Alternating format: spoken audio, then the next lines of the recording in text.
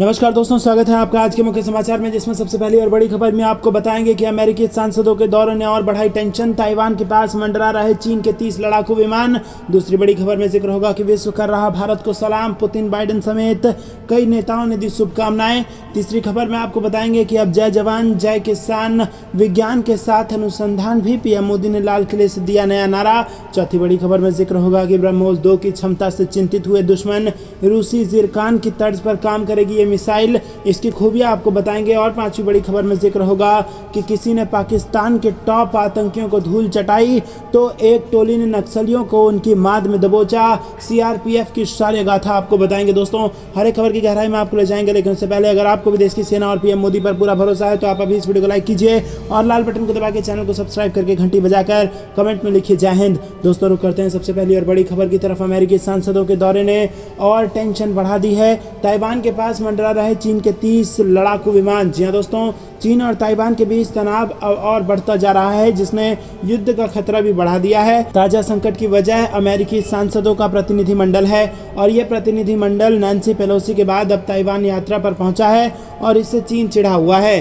चीन ने US speaker Nancy Pelosi के ताइवान आने के वक्त ही नाराजगी जताई थी और साथ ही साथ चेतावनी दी थी कि दोबारा कोई अमेरिकी स्पीकर ताइवान ना जाए। नैन्सी पेलोसी के ताइवान पहुंचने के बाद से ही चीन चिढ़ा हुआ है और उसने तभी से ताइवान को घेरकर मिलिट्री ड्रिल शुरू कर दी है। और अब ताइवान की राष्ट्रपति साई इंग वेन ने अमेरिकी सांसदों के प्रतिनिधिमंडल से मुलाकात की है और इससे चिढ़कर चीन ने ताइवान के आसपास अपनी लाइव मिलिट्री ड्रिल को और ज़्यादा बढ़ाने का ऐलान कर दिया है।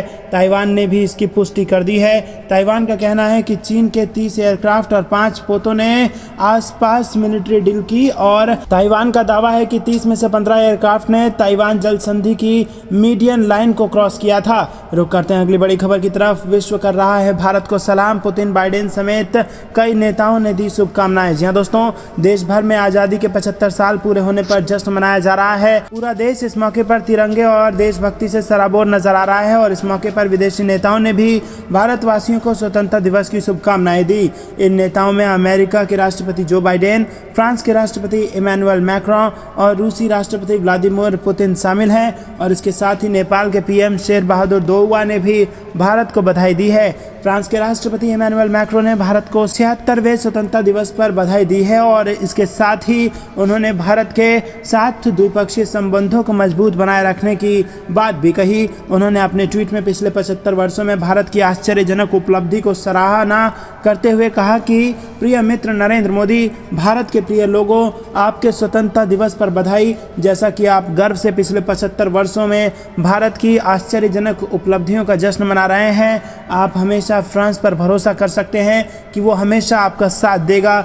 मैक्रों ने भारत को शुभकामनाएं देते हुए 2 ट्वीट किए थे। पहला ट्वीट उन्होंने अंग्रेजी में और दूसरा हिंदी में किया। गौरतलब है कि भारत और फ्रांस के पारंपरिक रूप से घनिष्ठ और मैत्रीपूर्ण संबंध हैं और रक्षा और सुरक्षा सहयोग, अंतरिक्ष सहयोग और असैन्य परमाणु सहयोग के क्षेत्र फ्रांस के साथ हमारी सामरिक साझेदारी के प्रमुख स्तंभ हैं। रुक करते हैं अगली बड़ी खबर की तरफ। अब जय जवान जय किसान के साथ विज्ञान के साथ अनुसंधान भी। पीएम मोदी ने लाल किले से दिया नया नारा। जी हां दोस्तों आपको बता दें कि आज़ादी के इस अमृत महोत्सव में हर ओर घर, ऑफिस, पार्क आदि में तिरंगा लहराया जा रहा है और देश के प्रधानमंत्री नरेंद्र मोदी ने लाल किले की प्राचीर से ध्वजारोहण किया और देश को संबोधित किया और उन्होंने देशवासियों से आने वाले 25 सालों में कई संकल्पों को पूरा करने की अपील की। अपने संबोधन में पीएम मोदी ने देश के विकास में अनुसंधान के महत्व को ध्यान में रखते हुए एक ऐतिहासिक नारा भी दिया। जी हां दोस्तों, जय जवान जय किसान जय विज्ञान के साथ अब जय अनुसंधान। जी हां दोस्तों, प्रधानमंत्री नरेंद्र मोदी ने लाल किले की प्राचीर से देश को एक नया नारा दिया। उन्होंने कहा कि लाल बहादुर शास्त्री ने जय जवान जय किसान का नारा दिया था, इसके बाद अटल बिहारी वाजपेयी ने इसमें जय विज्ञान जोड़ा और अब इसमें जय अनुसंधान जोड़ने का समय आ गया है, जब जय जवान जय किसान जय विज्ञान और अब जय अनुसंधान भी होगा। दोस्तों, पीएम मोदी ने आने वाले 25 वर्षों के लिए देशवासियों को 5 संकल्प दिए। उन्होंने कहा कि अब देश बड़े संकल्प लेकर चलेगा और वो पहला बड़ा संकल्प है विकसित भारत और उससे कुछ कम नहीं होना चाहिए। दूसरा प्रण है किसी भी कोने में हमारे मन के भीतर अगर मामूली गुलामी का एक भी अंश हो, उसे किसी भी हालत में बचने नहीं देना है। तीसरा प्रण शक्ति है, हमें अपने विरासत पर गर्व होना चाहिए। चौथा प्रण है एकता और एकजुटता। और पांचवा प्रण है नागरिकों का कर्तव्य। इसमें प्रधानमंत्री भी बाहर नहीं होता, राष्ट्रपति भी इससे बाहर नहीं है। रुक करते हैं अगली बड़ी खबर की तरफ।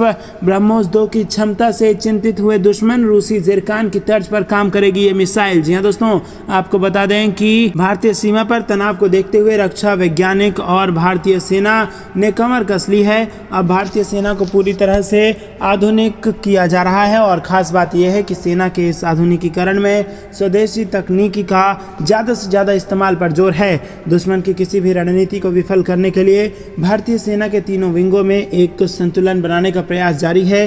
रूसी S-400 डिफेंस मिसाइल सिस्टम को इसी कड़ी के रूप में देखा जाना चाहिए। इस क्रम में ब्रह्मोस क्रूज मिसाइल का upgrade version hypersonic variant BrahMos 2 का काम एडवांस स्टेज में है और इसमें जिरकान हाइपरसोनिक मिसाइल की तकनीक का इस्तेमाल किया जाए। ऐसे में ये जिज्ञासा होती है कि ये जिरकान हाइपरसोनिक मिसाइल क्या है, युद्ध के दौरान ये किस तरह से काम करती है, भारतीय सेना को इसकी ज़रूरत क्यों पड़ी, और इसके साथ ब्रह्मोस क्रूज मिसाइल के अपग्रेड वर्जन के बारे में भी जानेंगे। दोस्तों रुक करते हैं अगली बड़ी खबर की तरफ। किसी ने पाकिस्तान के टॉप आतंकियों को धूल चटाई तो एक टोली ने नक्सलियों को उनकी मांद में दबोचा।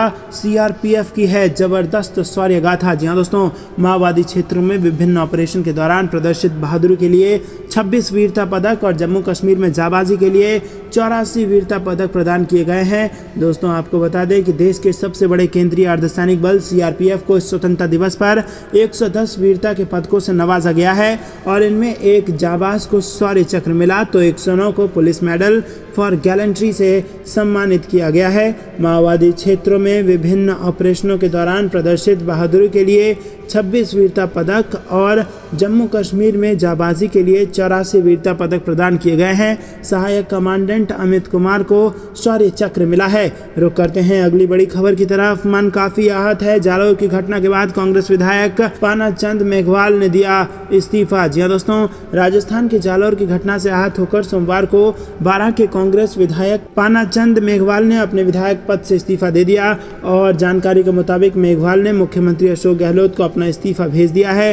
विधायक का कहना है कि आज़ादी के 75 वर्ष बाद भी प्रदेश के दलित वंचित वर्ग पर हो रहे अत्याचार से व्यथित होकर उन्होंने मुख्यमंत्री अशोक गहलोत को अपने विधायक पद से त्याग पत्र भेज दिया है। दोस्तों रुक करते हैं अगली बड़ी साथ। तनाव के बीच समर्थन के लिए ताइवान ने भारत का जताया आभार, कहा आत्मरक्षा को बढ़ाना जारी रखेंगे। जी हाँ दोस्तों, आपको बता दें कि ताइवान ने रविवार को कहा कि वो भारत सहित समान विचारधारा वाले देशों के साथ घनिष्ठ संबंध बनाए रखते हुए अपनी आत्मरक्षा को बढ़ाना जारी रखेगा। ये बयान अमेरिकी संसद की स्पीकर नैन्सी पेलोसी की स्वशासित द्वीप की यात्रा के बाद ताइवान स्ट्रेट में तनाव के मद्देनजर आया है। चीन की सेना ताइवान स्ट्रेट में सैन्य अभ्यास कर रही है। ताइवान ने कहा कि वो दुनिया भर के देशों के साथ दोस्ताना संबंध बनाए रखने का हकदार है। उसने ये भी कहा कि हाल ही में चीन की ताइवान लक्षित सैन्य मुद्रा ने जानबूझकर ताइवान स्ट्रेट में शांति और स्थिरता को गंभीर रूप से बाधित किया है। दोस्तों रुक करते हैं अगली बड़ी खबर की तरफ। ब्लैक डे के रूप में मनाया गया पाकिस्तान का स्वतंत्रता दिवस, लोगों ने मांगी आज़ादी। जी हाँ दोस्तों, आपको बता दें कि पाकिस्तान के 75वें स्वतंत्रता दिवस को ब्लैक डे के रूप में मनाया गया है क्योंकि लोगों, राजनीतिक कार्यकर्ताओं और विपक्षी दलों ने सरकार के प्रति असंतोष दिखाया। उत्तर और दक्षिणी वजीरिस्तान में लोग लंबे समय से आतंकवाद के आगोश में जल रहे हैं। तालिबान और इस्लामिक स्टेट जैसे खूंखार आतंकी संगठनों की मौजूदगी ने उनके जीवन को दयनीय बना दिया है और पाकिस्तानी सुरक्षा एजेंसियां उन्हें सुरक्षा प्रदान करने में विफल रही हैं। देश भर में विपक्षी दलों का सरकार विरोधी प्रदर्शन जारी है। पूर्व प्रधानमंत्री इमरान खान के नेतृत्व में पाकिस्तान तहरीक-ए-इंसाफ ने लाहौर हॉकी स्टेडियम में हकीकी आज़ादी शो के लिए एक बड़ा शक्ति प्रदर्शन किया। रुक करते हैं अगली बड़ी खबर की तरफ। खिलौना पर बेहद खास है पीएम मोदी का आज का संदेश, खत्म हुआ चीन का खेल। जी हाँ दोस्तों, खिलौने के ग्लोबल मार्केट में भारत की दखल हाल के कुछ सालों में तेजी से बढ़ी है। अभी बच्चों के खिलौने के लिए चीन के आयात पर निर्भर भारत अब बड़े पैमाने पर इनका निर्यात करने लगा है। प्रधानमंत्री नरेंद्र मोदी की अगुवाई वाली केंद्र सरकार खिलौने के वैश्विक बाजार में भारत की हिस्सेदारी बढ़ाने पर लगातार जोर दे रहे हैं। यही कारण है कि प्रधानमंत्री मोदी ने स्वतंत्रता दिवस के मौके पर लाल किले से देश को संबोधित करते हुए खिलौना उद्योग का भी जिक्र किया। दोस्तों, आपको बता दें कि खिलौने के बाजार में भारत की हैसियत कितनी ज़्यादा सुधर गई है कि चीन को इससे ज़बरदस्त झटका लगा है।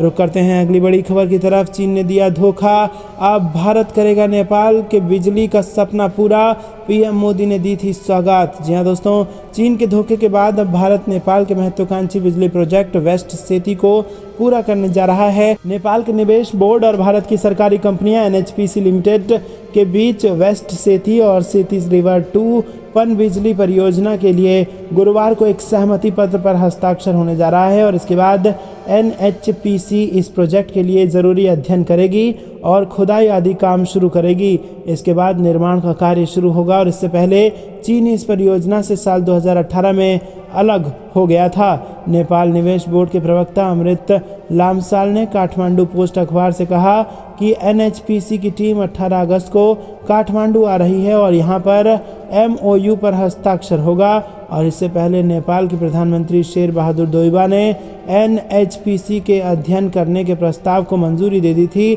जिसके तहत 750 मेगावाट के वेस्ट सेती स्टोरेज हाइड्रो पावर प्रोजेक्ट और 450 मेगावाट के सेती रिवर 6 हाइड्रो पावर प्रोजेक्ट को सुदूर पश्चिम प्रांत में बनाया जाना है। रुक करते हैं अगली बड़ी खबर की तरफ। मुस्लिम धर्म गुरुओं ने पीएम नरेंद्र मोदी से कहा कि पाकिस्तान व आतंकवादियों को मुंह तोड़ जवाब दें। जी हाँ दोस्तों, आपको बता दें कि जम्मू कश्मीर में मधेपुरा जिला स्थित बैसाड़ के युवक मोहम्मद अमरेज की गुरुवार रात आतंकियों ने गोली मारकर हत्या कर दी। इसके बाद से मधेपुरा और इसके आसपास के इलाके में आक्रोश है। लोग आतंकियों के कृत्य की भर्त्सना कर रहे हैं। मुस्लिम धर्मगुरुओं ने भी आतंकियों की इस करतूत को कायराना हरकत बताया है और दूसरी ओर मधेपुरा जिले के लगभग 150 लोग जम्मू कश्मीर में हैं। इनके परिवार वाले अब उन्हें वापस लौटने को कह रहे हैं। दोस्तों, रुक करते हैं अगली बड़ी खबर की तरफ। ताइवान को आंख दिखाते रह गया चीन। नैन्सी पेलोसी के बाद अब अमेरिकी सांसद भी पहुंची ताइपे। जी हाँ दोस्तों, नैन्सी पेलोसी की यात्रा के 12 दिन बाद अमेरिकी सांसद का एक प्रतिनिधिमंडल ताइवान का दौरा कर रहा है। पेलोसी के दौरे पर चीन ने सख्त आपत्ति जताई थी, जिसके बाद भी अमेरिकी सांसद ने चीन की चेतावनी को दरकिनार करते हुए ताइपे पहुंच गए हैं। पेलोसी के दौरे के जवाब में चीन ने ताइवान के समुद्र और हवाई क्षेत्र के आसपास मिसाइलें दागी थी और युद्धपोत तथा लड़ाकू विमान भेजे थे। अमेरिका सांसद के ताइवान दौरे के बाद अब एक बार फिर चीन की आंख दिखाने की रणनीति फेल साबित हुई है।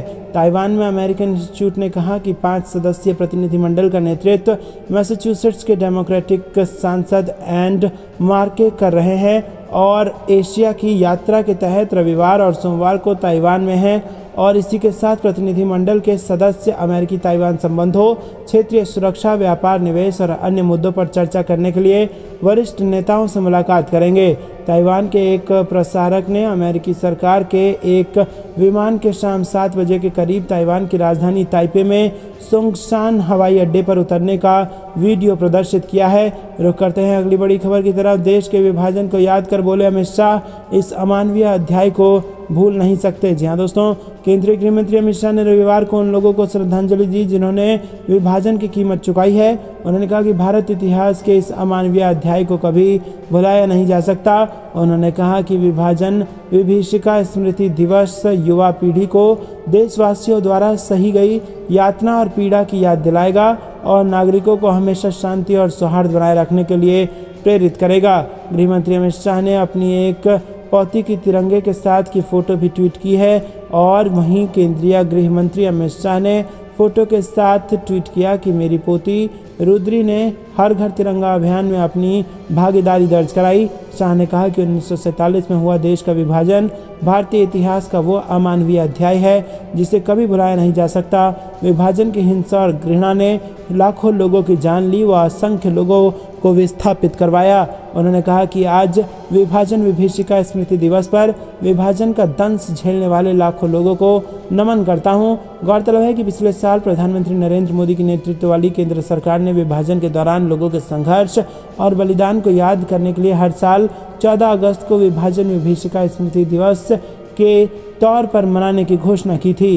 दोस्तों, आपको बता दें कि अमित शाह ने रेखांकित किया कि नासमझ, घृणा, हिंसा की वजह से लाखों लोग विस्थापित हुए और कई की जान गई। बता दें कि ब्रिटिश शासन ने 1947 में उनसे आज़ादी मिलने के बाद मुक्त मुस्लिम बहुल इलाकों को अलग कर पाकिस्तान के नाम से नया देश बना दिया था। इस दौरान हुई हिंसा में बड़े पैमाने में लोगों की जान गई थी और लाखों लोग विस्थापित हुए थे।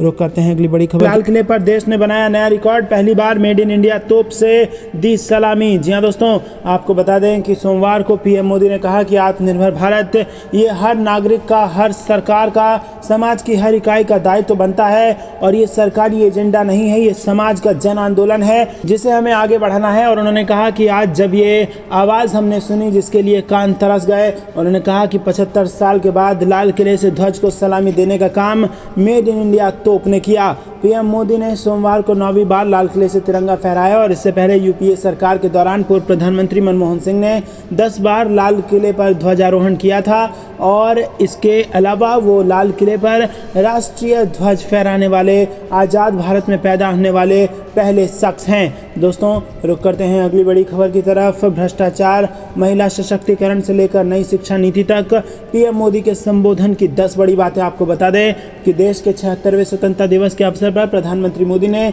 लाल किले की प्राचीर से राष्ट्र को संबोधित किया और इस दौरान उन्होंने विश्व भर में फैले हुए भारत प्रेमियों और भारतीयों को आज़ादी के अमृत महोत्सव की बधाई दी।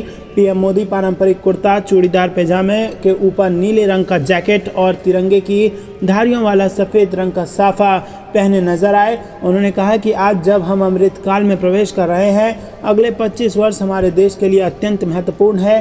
15 अगस्त पर प्रधानमंत्री के संबोधन में जो 10 बातें हैं उनमें पहली ये कि पीएम मोदी ने सोमवार को कहा कि स्वतंत्रता दिवस के अवसर पर लाल किले से पहली बार स्वदेशी तोप से सलामी दी गई। उन्होंने लाल किले की प्राचीर से राष्ट्र के नाम संबोधन में ये भी कहा कि आत्मनिर्भर भारत कोई सरकारी कार्यक्रम नहीं बल्कि समाज का जन आंदोलन है। वहीं पीएम मोदी ने कोविड-19 के खिलाफ लड़ाई में साथ आने के लिए देश के नागरिकों की सराहना की। उन्होंने कहा कि भारत ने समयबद्ध तरीके से लोगों को कोरोना रोधी टीके की 200 करोड़ खुराक देने का रिकॉर्ड बनाया है जो किसी अन्य देश के लिए संभव नहीं हो सका।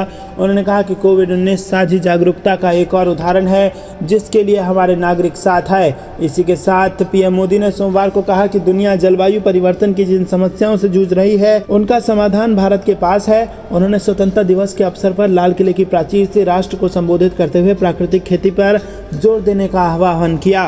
पीएम मोदी ने अगले 25 साल की यात्रा को देश के लिए अत्यंत महत्वपूर्ण करार दिया। उन्होंने इस अमृत काल में विकसित भारत, गुलामी की हर सोच से मुक्त, विरासत पर गर्व, एकता और एकजुटता व नागरिकों द्वारा अपने कर्तव्य पालन के पंच प्रण का आह्वान किया। प्रधानमंत्री ने कहा कि आज़ादी का 76वां स्वतंत्रता दिवस एक ऐतिहासिक दिन है। दोस्तों, पीएम मोदी ने कहा कि भारत की तरक्की के लिए महिलाओं का सम्मान एक महत्वपूर्ण स्तंभ है और उन्होंने नारी शक्ति का समर्थन करने की आवश्यकता पर जोर दिया। उन्होंने कहा कि यह महत्वपूर्ण है कि बोलने में और आचरण में हम ऐसा कुछ न करें जो महिलाओं का सम्मान कम करता हो। पीएम मोदी ने कहा कि हमारे आचरण में विकृति आ गई है और हम कभी कभी महिलाओं का अपमान करते हैं। क्या हम अपने व्यवहार और मूल्यों से इससे छुटकारा पाने का संकल्प ले सकते हैं? भारत 1947 में आज़ाद हुआ था और उसने 2022 में आज़ाद देश के रूप में 75 साल की यात्रा पूरी कर ली है। सरकार की ओर से अगले 25 साल के कालखंड को अमृतकाल का नाम दिया गया है और मोदी ने कहा कि आज विश्व भारत की तरफ गर्व से देख रहा है, उसे अपेक्षा से देख रहा है और समस्याओं का समाधान भारत की धरती पर खोजने लगा है। और उन्होंने कहा कि विश्व की सोच में ये परिवर्तन भारत की 75 साल की यात्रा का परिणाम है। नरेंद्र मोदी ने कहा कि देश की नई शिक्षा नीति धरती से जुड़ी हुई है जिसमें कौशल्य पर बल दिया गया और ये हमें गुलामी से मुक्ति की ताकत देगा। पीएम मोदी ने लाल किले से संबोधन के दौरान भ्रष्टाचारियों पर भी जमकर प्रहार किया। उन्होंने बगैर किसी का नाम लिए भ्रष्टाचार के दोषियों पर सवाल उठाए। पीएम ने कहा कि कई लोग तो इस हाल तक चले जाते हैं कि कुछ लोग जिन्हें कोर्ट ने दोषी पाया है, जेल में है, उनका भी महिमा मंडन करते हैं। जब तक भ्रष्टाचार और भ्रष्टाचारी के प्रति नफरत का भाव पैदा नहीं होता तब ये मानसिकता खत्म नहीं होगी तब तक, और हमें इनके प्रति जागरूक होने की बहुत ज़्यादा ज़रूरत है। चीन से बड़े पैमाने पर आयात की ओर इशारा करते हुए पीएम मोदी ने ड्रैगन पर चोट की भी बात कही और उन्होंने कहा कि आज हमारे 5-5 साल के बच्चे भी ये संकल्प ले रहे हैं कि विदेशी खिलौनों से नहीं खेलेंगे और हम सभी देशवासी महात्मा गांधी, सुभाष चंद्र बोस, वीर सावरकर के श्रेणी में हैं। उन्होंने अपने जीवन को खपा दिया, ये देश कृतज्ञ है। मंगल पांडे, चंद्रशेखर आज़ाद, भगत सिंह, राम प्रसाद बिस्मिल और तमाम अन्य क्रांतिवीर